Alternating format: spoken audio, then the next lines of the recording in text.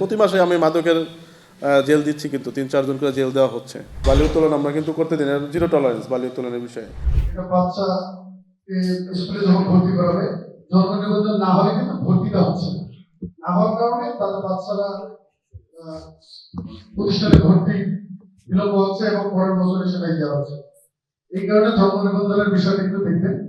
আরেকটা বিষয় স্যার, আমাদের হচ্ছে শব্দপুষ্কর ইউনিয়নের গ্রাম পুলিশ দিলরুবা, ওই হচ্ছে 4 নম্বরের গ্রাম পুলিশ, কিন্তু ওই হচ্ছে নারী উদ্যোক্তা হিসেবে ওখানে কাজ করছেন, জন্ম নিবন্ধন দিচ্ছে। কিন্তু জন্ম নিবন্ধন নিতে গিয়ে যে সেবাগ্রীদের আসতেছে তাদের সাথে হচ্ছে এতটাই মানে খারাপ ব্যবহার করছে, যেখান থেকে কান্না করে সেবাগ্রীরা বের হয়ে আসতেছে এবং আমাদেরকে অভিযোগ করতেছে এবং নানানভাবে তারা ঘুরাচ্ছে। এবং ওই হচ্ছে জেলা মহিলা লীগের হচ্ছে সভাপতি আছেন, সদস্য ছিল, সেই কাপড়টা এখনো সে মানে ইয়া করতেছে, তার প্রভাব পড়তেছে। রংপুর সদর থানার একজন এসআই সে প্রায় 42,000 টাকা প্রতি মাসে পাচ্ছে।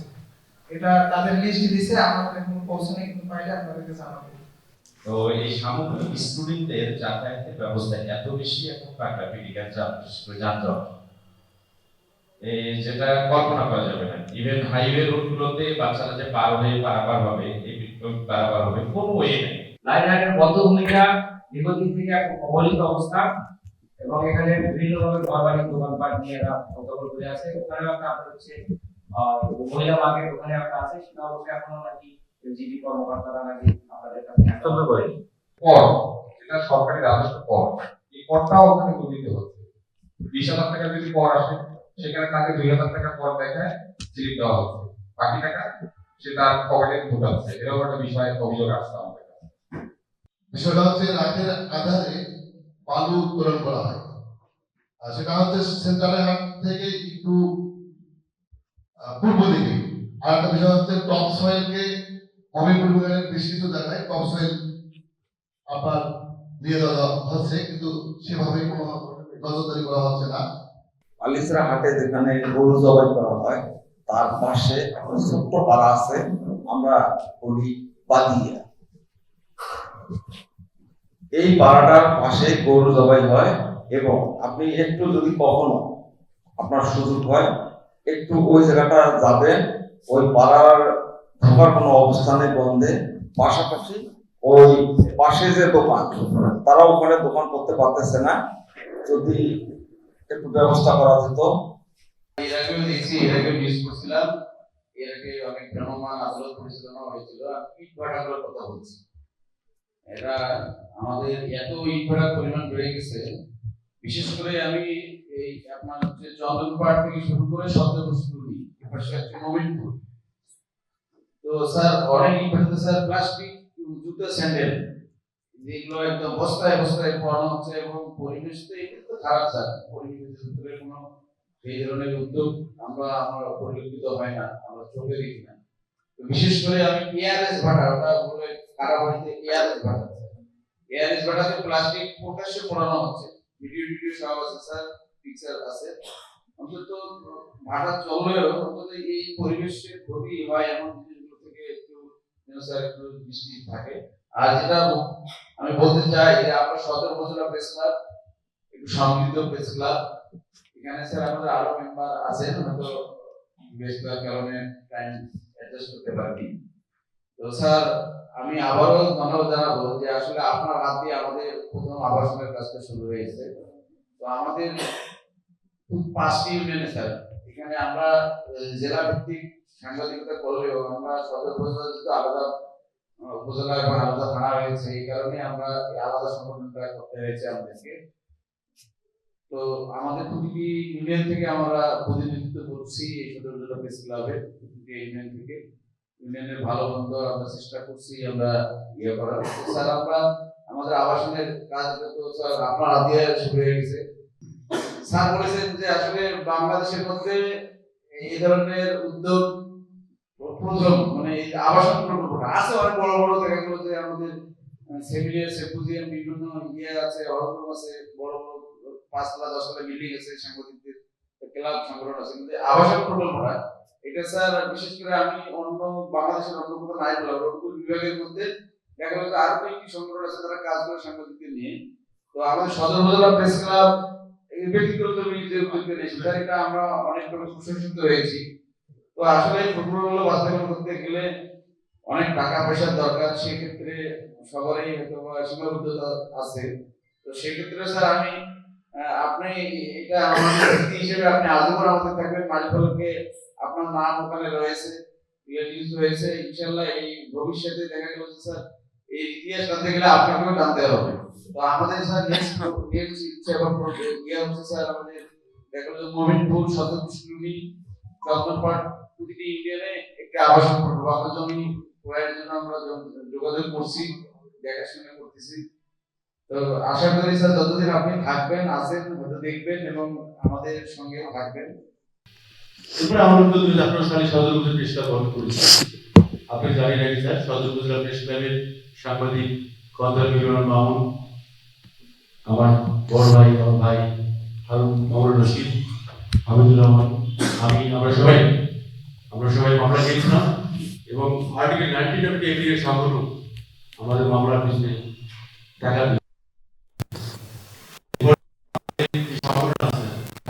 কাছ থেকে আমরা সবচেয়ে বেশি সহায়তা পেয়েছি। আমরা সকল সাংবাদিক কাছে এটা কেন হয়েছে? এটা হয়েছে এই জন্য যে আমাদের সাংবাদিকদের মধ্যে ডিভাইডেশন নেই, আমরা সবাই ঐক্যবদ্ধ হয়ে কাজ করি। মানে আমাদের মধ্যে শ্রদ্ধার মধ্যে জায়গাটা এখন ভালো, আমার মত বিপক্ষে কেউ যাবে না, মত মিলন দিব মতামতে সেই মতামতটা নেবার ক্ষেত্রে আমরা সিদ্ধান্ত নিই। বাংলাদেশে অন্য কোনো প্রেস ক্লাব সিদ্ধান্ত এরকম নেই। আপনি যদি পাশে তারাগঞ্জ উপজেলায় যান, 3টা প্রেস ক্লাব,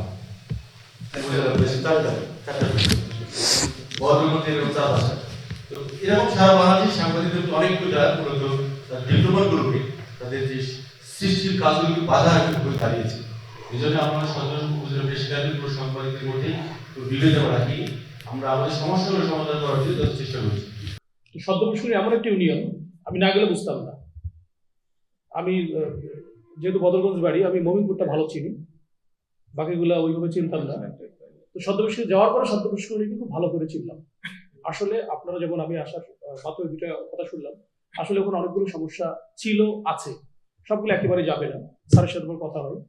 আসলে আমরা কাজ করি হলো স্যারদের নির্দেশনায়, এটাই আমাদের পার্থক্য জনপ্রতিনিধি এবং আমাদের। আমরা আইনানুগভাবে কাজ করি। তো জন্ম নিবন্ধনের কথাটা শুনলাম, ভাই বললো, সাথে চুরির বিষয়টা। আসলে অনিয়ম অনেক ক্ষেত্রেই থাকে বা ছিল, অনেকাংশে কমে গেছে। সবগুলো আসলে জিরো টলারেন্স করাও সম্ভব না আমার একার পক্ষে। আসলে আমি আজকেই সকালে বলতেছিলাম, ওনার সাথে কথা হচ্ছিল, আজকেই কথা হচ্ছিল যে ওখানে আমি নিউ পার্সন, বাকি সবগুলোই পুরান পার্সন। তো কাজ করতে একটু আমাকে বেগ পেতে হয়, তারপর আমি চেষ্টা করি। তো চুরির যে বিষয়টা, এটা নিয়ে স্যারের সাথে কথা হয়েছে। আমি আগামী রবিবারের দিনে মিটিং করব এবং সেখানে আমি এনাদেরকেও ডাকবো যে কি করা যায়, এবং অলরেডি একটা প্ল্যান মাথায় আমরা সেট আপ করেছি যে কিভাবে করা যায়, যেন আবার সেটা করতে গিয়ে চাঁদাবাজির পর্যায়ে না যায়, যেটা আগে চালু ছিল সেটা যেন না যায়, বিকল্প চিন্তা করে আমরা করার চেষ্টা করতেছি। এবং আগামী 3 মাস এটা আমরা অব্যাহত রাখার প্ল্যান করছি, 3 থেকে 4 মাস। আমি অলরেডি থানাতেও কথা বলেছি গভীরের সাথে, ওনারও একটা প্ল্যান আছে, ওনার ডিউটি অফিসার প্লাস আমার গ্রাম পুলিশ এবং সাথে জনগণকে সম্পৃক্ত করে এটা প্ল্যান আছে। তো কিছু জিনিস যেমন কমন নিবন্ধন, তারপরে আপনার বালু উত্তোলন, তারপরে আপনার যে টিআর কাবিখার কাজগুলা, ভূমি অফিসের বিষয়, এগুলো নিয়ে আমরা কন্টিনিউয়াসলি কাজ করি। আপনারা বললেও করি, না বললেও করি, এগুলো আমাদের মিটিংয়ের এজেন্ডাভুক্ত সবসময় আলোচনা হয়।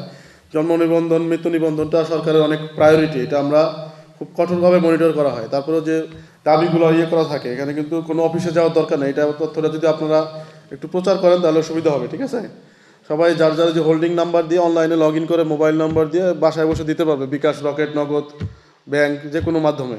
তো এটার জন্য আসলে কারো কাছে যাওয়া লাগে না, ঠিক আছে? এই তথ্যটা যদি আপনারা একটু প্রচার করেন তাহলে মানুষরা একটু উপকার পাবেন। হয়তো অনেকে যায়, মানে আগের অভ্যাস, ঠিক আছে? আর বাকিটা যেটা অভিযোগ আছে এটা আমরা দেখবো যে এরকম যেন কখনো না হয়, এরকম কোনো অভিযোগ যেন আমাদের কাছে না আসে। আর বালি উত্তোলনের বিষয়ে কিন্তু অভিযান চলতেছে। আমরা যে গত সপ্তাহেও সিলিন্ডার অভিযান করছে, আপনার মোমিনপুরে মেশিন জব্দ করছে, ঠিক আছে? তো অভিযান কিন্তু বন্ধ নাই, সবসময় যায়, সিলিন্ডার যায়, আমিও যাই।